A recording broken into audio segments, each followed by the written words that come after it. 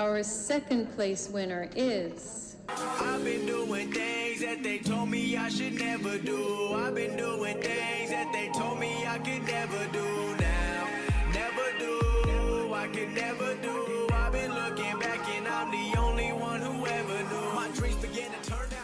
Hello and welcome back to my channel. Thank you all so much for tuning in to today's video. So in today's video, I decided that I was going to do a Q&A about my contest prep and answer all of the many questions that I have been getting all in one place. So first and foremost, I just wanted to thank everybody for their support, their kind words. For those who are just tuning in, if you caught my previous video, you saw that I was a couple of days out from my bodybuilding show and things went pretty well. I will overlay how things went right here. We have number 67, Kristen Janzen.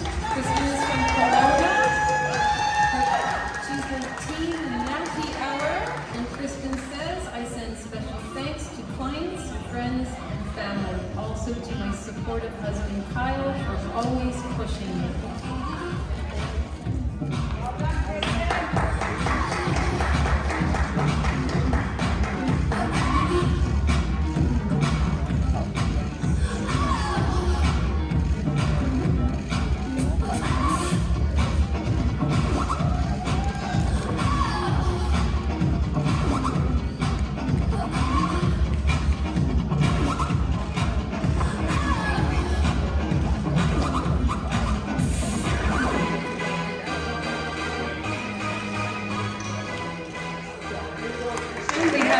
Our second place winner is number 74, Olivia Donaldson.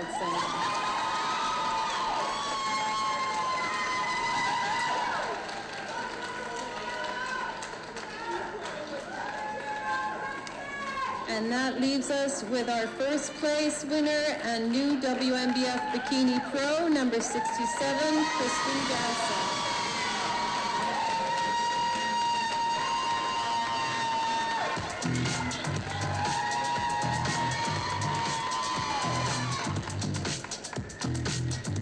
So I ended up getting my WNBF Bikini Pro card and I'm very excited about that. For those who caught my previous video, you knew that even though that's on the bucket list, that was on the bucket list for me to actually get my pro card, I went into this season with the intention that I just wanted to apply the strategies that I learned from my previous season and simply be better, because that's the biggest thing with the sport of bodybuilding is you cannot control your competition whatsoever. You can't control the outcome and it's a subjective sport. You can have what you feel like to be the best physique on stage, but if the judges don't agree with your overall presentation, there's nothing you can do about it. It's not like any other sport where, like if you're playing basketball, football, or hockey, where you can study your opponent and learn how to beat them or learn how to attack their weaknesses, beat them in offense, beat them in defense, whatever the case may be. This is like the one sport, and maybe golf, where you cannot control your competition. All you can do is control yourself. So it can be really tough for a lot of competitors because they feel like they deserve a certain placing, but the judges may feel otherwise, and it can be very frustrating to a lot of competitors. So I really went into this competition prep with the intention of just being better and trying to enjoy myself. And I found, and I'll get into the questions here, but very quickly, I found that once I stopped trying, where the main focus was to get a pro card, obviously things worked out in my favor. I really took this competition season as an opportunity to not allow bodybuilding in itself to control my life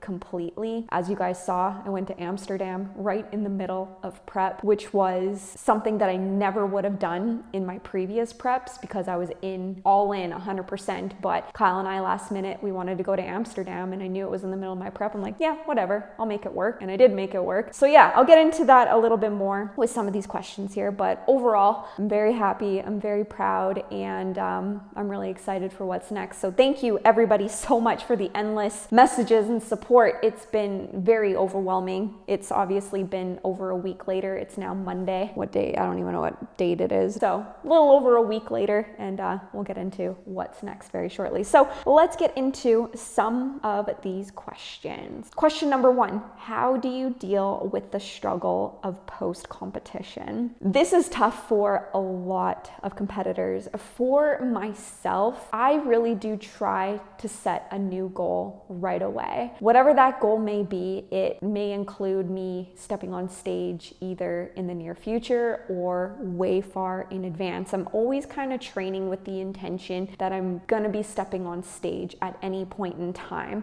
So even if I don't have a specific date in my head, I always keep that intention. I always try to as well manage my expectations and always repeat to myself and have an understanding what my body is going through when you get off stage. Because a lot of competitors, they want to take a break from tracking, they want to get back to what they are doing prior to competition prep, and they want to rely on their hunger signals, not realizing that their hunger signals right after you get off stage is unreliable. When you've been in a deficit for so long, your body is going to do everything that it can to encourage you to consume calories because it feels like it's dying essentially. Your body doesn't know that you are strategically starving yourself essentially to look a certain way to step up on stage. All your body recognizes is that it is in a calorie deficit over an extended period of time. Therefore, from a hormonal standpoint, your body is trying to do everything that it can to get you to consume calories. By having this understanding, it allows me to ensure that post-show that I'm strategic with still tracking my macronutrients. Even if you feel like you want to break from tracking your macros, it's not the time the second you get off stage. That time will come within,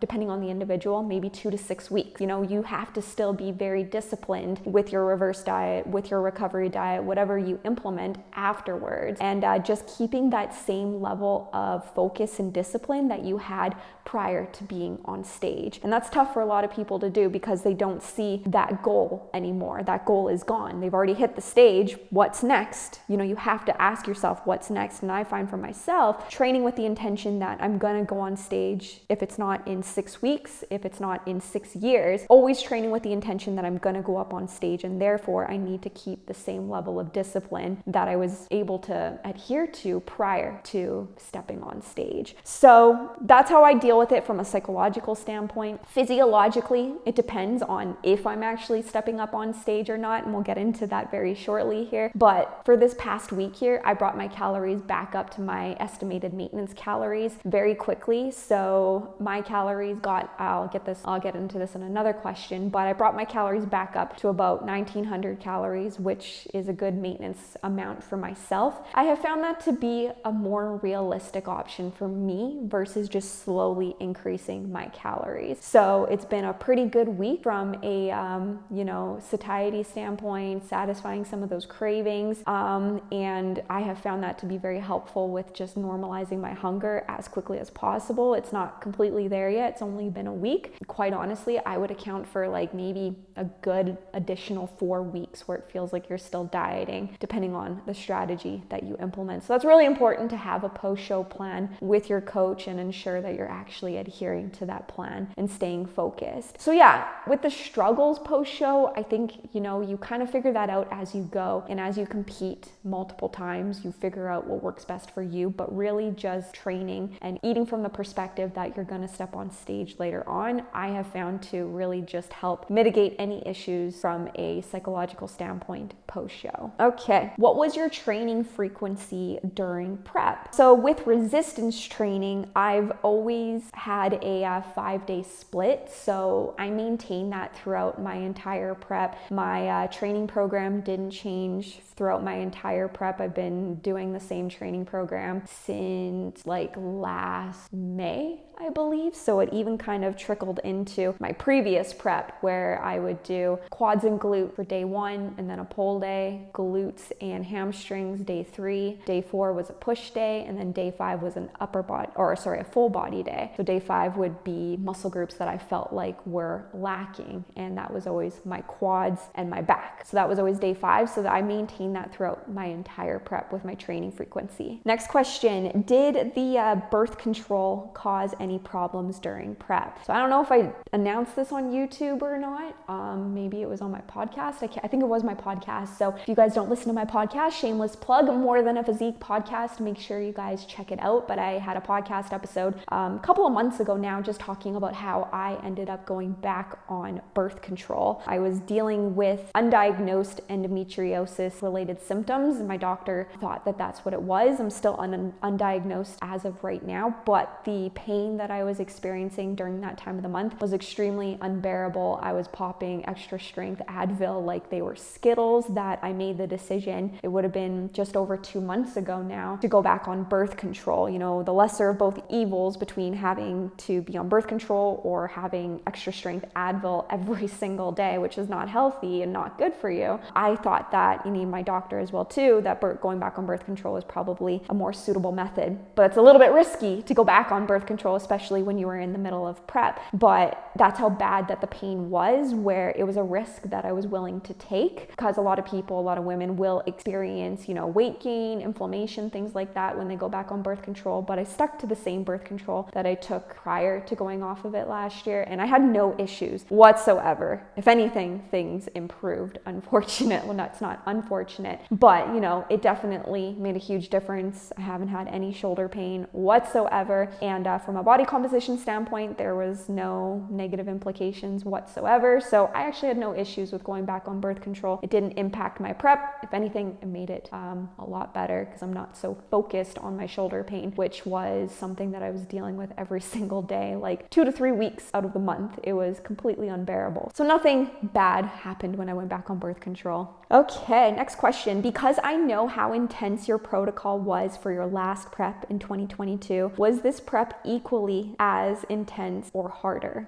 This is a good question. So my last prep last year was extremely intense, where I had to cut my calories quite aggressively. For the last couple of weeks, I think my calories were below 1,000 calories a day. Not something that is pretty common or recommended for a lot of competitors. It's also to the point where over an extended period of time, I think like a good 4 to 6 weeks, I was doing 2 45-minute cardio sessions a day. And just to kind of back up even further, last prep, I was actually dieting for over a year. My initial starting point, my starting weight was 150 pounds. So I knew I needed an extended period of time to cut down to get to my estimated stage weight for 2022. So things were looking pretty good, where I was losing around a pound a week over that 1 year period. But we started to see things slow down, as you naturally do when you are in a deficit for an extended period of time, where we were starting to run out of time. So last year, for the last like I said, maybe 4 to 6 weeks, things had to get very aggressive in order for me to be ready to step up on stage. But this past year, my most recent prep, I only gained 10% of my body weight, my stage weight from last year. So once I got off stage last year, it was always the plan to maybe consider doing a show in 2023. So I maintained a leaner physique, where my off-season weight was only 115 pounds as my starting point weight. So I lost only 10 pounds over a 5-month period, because I started dieting in December for my show in May. So I only lost 10 pounds over 5 months. I know that doesn't sound like a lot, but I didn't have to get as aggressive. I still did a good amount of cardio for the first little bit, where I was just actively trying to ensure that I got in 10,000 steps a day. So that typically amounted to at least like 30 to 45 minutes of cardio most days. Definitely no 2 45-minute sessions. And then my calories this time around never got as low as 1,500 calories calories. So overall, I definitely did not have to get as aggressive this time around in comparison to 2022's season, which was amazing. I was very happy about that. I think that was kind of to be expected because I maintained a leaner physique going into the prep season. However, even though I didn't have to get as aggressive, which was nice, I still found that my energy, once I got closer and closer to my stage weight, felt horrible. If anything, it was like worse this year in comparison to last year, which sounds insane. I don't know if it's because I just had more time on my hands, not doing 2 45-minute sessions a day where I was able to kind of pay attention a little bit more to how I was feeling and, just kind of overly fixated on how things were just such a struggle and hunger and cravings and all of that, or if it was just due to that level of leanness, like getting that lean. It's not a sustainable weight for me, and my body was definitely still fighting me just with dealing with hunger, cravings, my body temperature, all of those fun things when you get closer and closer to your stage weight. But overall, the protocol was nowhere near as aggressive as it was compared to my 2022 season. All right, next question. Was it hard to keep your prep a secret? I thought it was gonna be hard just because I over document quite a bit. But like I said in my previous video, I really started to enjoy helping people a lot more with my social media content. And because of that, I focused a lot of my time and effort on asking myself, how can I help people? That, documenting what I was going through, it wasn't a priority for me. So no, it wasn't hard at all. The only thing that was hard was not posting like videos or selfies of myself. On Instagram, I typically will post like a post-workout selfie, just encouraging people to get their deposits made for their workouts, because some people started to notice in my physique. They're like, you look like you're leaning out. Are you doing a show soon? So that was the only hard part, was just not posting photos of myself, having to rely on older photos if I needed content and things like that. But other than that, no, it was actually nice to just fully focus on myself and not have to put that pressure on myself to document what was going on during my prep season. All right, next question. What's your future competition plans? So since I have obtained my WNBF Pro card, in order to maintain that pro status, all new pro card holders are required to do a pro show within 1 year of obtaining their pro card. So there is a pro show in 4 weeks in Washington. The only pro show in Canada is in Calgary in October. The idea of dieting anymore during the summer months in the Okanagan is not something that is desirable for me. And if I were to do this pro show in 4 weeks this time next year, I would have been dieting for 3 years in a row. And I'm ready for a break. I'm very much ready for a break where I need definitely a few years off. I want a few years off to focus on some other things in my life. And I don't want to lose my qualification that I've worked so hard for. So because of that, we are officially 4 weeks out. So this past week here, I brought my calories up to my maintenance calories. I've just been enjoying some food. I've only gained a couple of pounds, and now it is Monday where I am back in my deficit, brought things back down to 1,500 calories, and I'm gonna do the pro show in Washington, which is on June 10th. So it'll be kind of nice because everything is in my head. I have that focus and that discipline right now, even though I really do want to break. I wasn't planning on doing another show this season. Logistically, it just makes the most sense. So yes, 4 weeks out officially, and that'll be nice where I can take a few years off after that and decide what I want to do. If I want to compete again at that point, who knows? Never say never, but like I said, there's very much some other things in my life that I'm feeling ready to focus on at this point. So June 10th is my next show, and we will see what happens after that.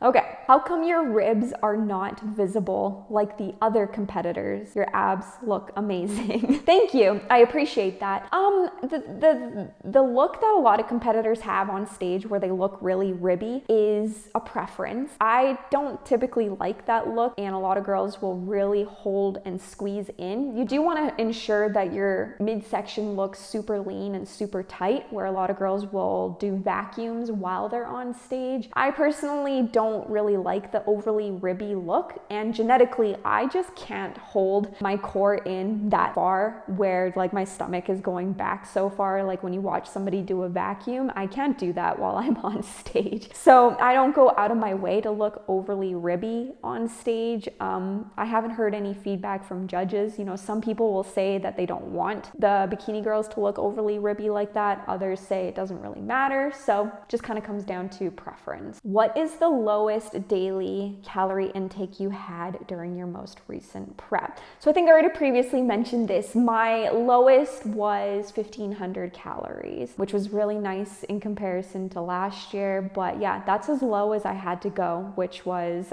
pretty awesome, to be honest. So I'm likely gonna, you know, go back down to that over the next 4 weeks here, drop back down those couple of pounds that I gained in 1 week, and hopefully not have to get too much lower than that moving forward. All right, one more question here we have time for. What is the number one lesson that you have learned during this prep? So like I've said before, I always take something away when I step up on stage during a competition season. You always learn something new about yourself and just about the sport in general. I think the number one thing that I can take away from this season is that the sport doesn't have to completely take over your life. Like I said before, previous preps were to the point where my entire life was invested in the sport of bodybuilding, and other things in my life started to suffer. You know, my friends, my relationships, my business, things like that. And this competition season, I just wanted to find that balance that I think I needed as a business owner and as a competitor. And I think that's one of the reasons why I didn't tell people about my prep, was just so that way it wasn't going to be used as an excuse as to why I wasn't showing up for people. So, you know, really just trying to maintain my friendships and go out and still enjoy myself. You know, like I said, going to Amsterdam right in the middle of prep is not something I ever would have considered. You know, Kyle and I wanted to go on a trip, and for him to say like, hey, let's go in March. Like if that happened this time last year, I would have been like, no, we can go after my competition season. But I was like, yeah, sure, let's make it work, which was awesome. As well too, like just going out with friends and enjoying things like that. Yes, of course, as you get closer to show day, you do have to start making those sacrifices where you do have to start saying no more. But I really tried to make sure that I didn't do that for as long as possible. Another takeaway was just not trying so hard. Like I always overly fixated on perfection when I was on stage. And that's because, you know, the presentation side of things is something that I've always been pretty bad at. Not bad at, but it's not something that I'm good at, if that makes sense. Like I'm not typically the type of girl who spends hours on her makeup, her hair, her nails. Like it always really stressed me out getting ready for that side of the sport. You know, the nutrition and the training, you know, I can do that hands down, but the walking in the heels, the overall presentation of looking, you know, flawless on stage, it always stressed me out. So previous preps, I always got my hair and makeup done professionally. I always got fake nails. I always had the stuffing in my bikini top on stage. They were actually like the specific CC amount, the size C cup size. So like they were like rice bags in my bikini top that I've always worn. And it always just stressed me out, where it kind of took the fun out of being on stage. And I think, you know, that might have been one of the reasons why sometimes my confidence was lacking on stage. Even though the physique was there, the overall presentation was lacking. So this time around, I didn't do any of that. And it was so amazing. I did my own hair. I did my own makeup. I just painted my nails. Like when I went and got my tan done, my nails like were painted to the point where they weren't looking the greatest. And the tanning ladies were like, your nails don't look that good. I'm like, yeah, whatever. They don't need to be perfect. The judges can't see that there's a crack in this one nail. I just didn't care. Like I cared, but I just didn't obsess over the perfection of it. I'm like, oh, you know what? I smudged my nail while I was painting it. Whatever. I took that pressure off myself. I took the rice bags out of my bikini top. I'm just going to naturally showcase who I am and just be as much of myself as I can on stage. And taking that pressure off of myself for things not needing to be perfect, I think it really allowed me to just shine a little bit more on stage, because I felt more like myself. I felt more confident, and I don't know, it was a lot more fun to be up on stage. Like there were some girls backstage where they're like, oh my gosh, can this just be over and done with already? I want to go eat, because sometimes it drags on a little bit, especially when you're in bikini, and bikinis always last and you're just ready to end the day. And I said to them, I'm like, no, why? Like we worked so hard to be be here. Let's go have some